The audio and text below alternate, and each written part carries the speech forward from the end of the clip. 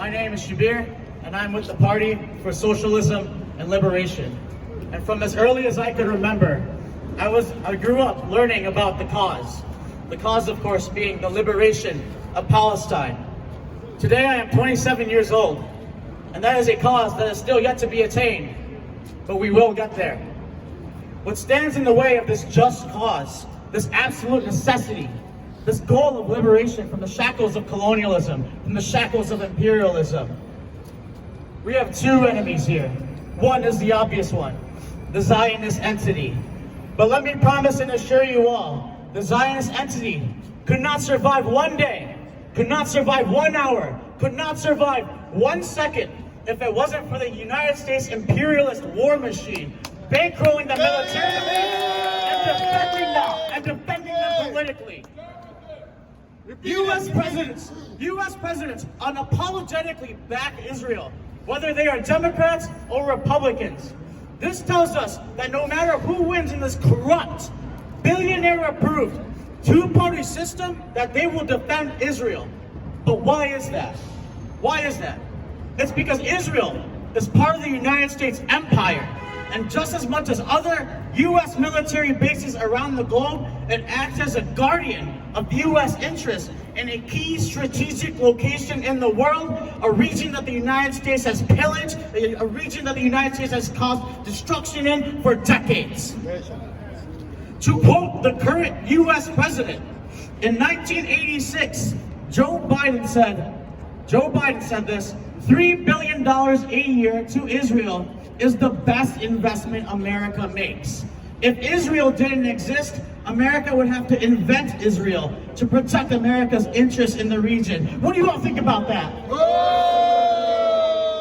So I say, the defeat of Israel is the defeat of the U.S. empire, and the defeat of the U.S. empire is the defeat of Israel. These two imperialist and colonialist regimes are tied so closely together that police departments in the United States, much like the Chicago Police Department, much like the New York Police Department, much like the Los Angeles Police Department, actually get their training from Israeli border guards and special forces. So it's really no wonder that these three police forces, and who knows how many more, are as ruthless and as criminal and as repressive as they are, because they have learned from the best at inflicting terror.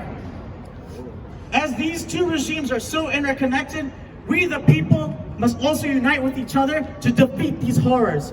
No matter who sits in the White House, it has not stopped the Zionist terror. And the same is the truth in Israel. While we're glad that such a disgusting figure like Netanyahu is gone, what has changed with Bennett in power? Israel has not stopped the ethnic cleansing, it has not stopped the settlements, it has not stopped the raids, the checkpoints.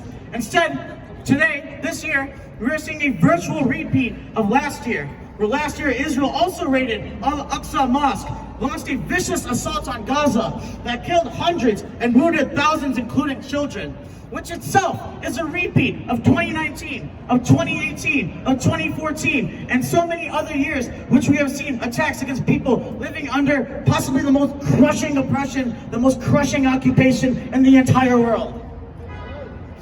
This system cannot be changed by voting for one party or another, because no one wants to address the fundamental conflict at the root of this issue. And that root is that the conflict between colonial occupying state of Israel itself and the demand for liberation and self-determination of the Palestinian people, and also acknowledging that all resistance is justified when people are occupied.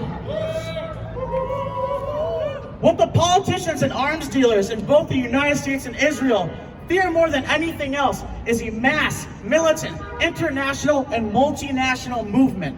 What they fear is millions demanding justice. There is a reason U.S. politicians and U.S. media never discuss Israeli war crimes. It's because they're in on it. And if the public knew what they knew, they would lose the very thin legitimacy that they have. We need to call this for what it is, fiercely and without recoil. Our enemy is a system of racism. Our enemy is a system of colonialism. Our enemy is a system of imperialism. Our enemy is a system of apartheid. What we need is a movement, not just here, not just in Palestine, but we need the entire world to stand up against this apartheid regime, to stand up against the US war machine, to stand up against ethnic cleansing. And until the politicians are shaking out of fear, until taxpayer money stops funding murder and ethnic cleansing, until the border walls collapse, until we have liberation and dignity from the river to the sea, we cannot stop fighting and we will not stop fighting. Thank you.